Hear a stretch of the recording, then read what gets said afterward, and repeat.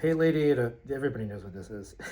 Hey, it's my desk, and I just got these prototypes put together. The RP2350. It's not going to be called the Frequency. We're actually going to call it the Tinychad. Yeah. But this is my board. RP2350 chip, 8 megabytes flash, USB C, STEMMA QT port, crystal button for boot and reset. NeoPix onboard LED. I think I mentioned STEMMA QT Part of the port. GigaChad family. Family. 600 milliamp peak 3.3 volt regulator, LiPo battery charging support, LiPo battery JST connector, or you can connect through this pin, SW debug, 4-layer board, lots of pins, gold, red. Okay, let's plug it in.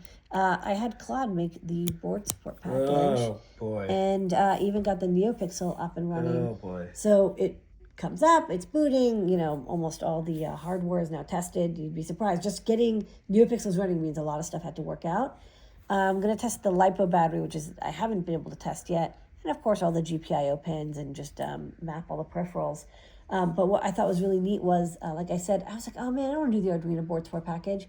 I just told Claude Code, hey, here's the Eagle files, which are XML. I said, look at the other feather boards that we've designed for the RP2350.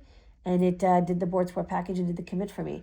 Now I'm on to the bigger version, the GigaChad. Yeah. This is using the 2350B version. So that you look, the chip is 80 pins, much bigger. You can see in the back this 8 SOP. This is a PS-RAM chip. And then there's a micro SD socket over here. Same STEMMA QT. I put the debug port on the top, the SWD. So, because there's so much space here. Lots of GPIO pins. So I'm going to finish that layout. But this one is like almost, whoa, hi. That one's almost done. We're going to get this fully tested and hopefully ordered in the shop. I'm back. Break time is over, baby. That's right. Okay, cool. Let's film some more.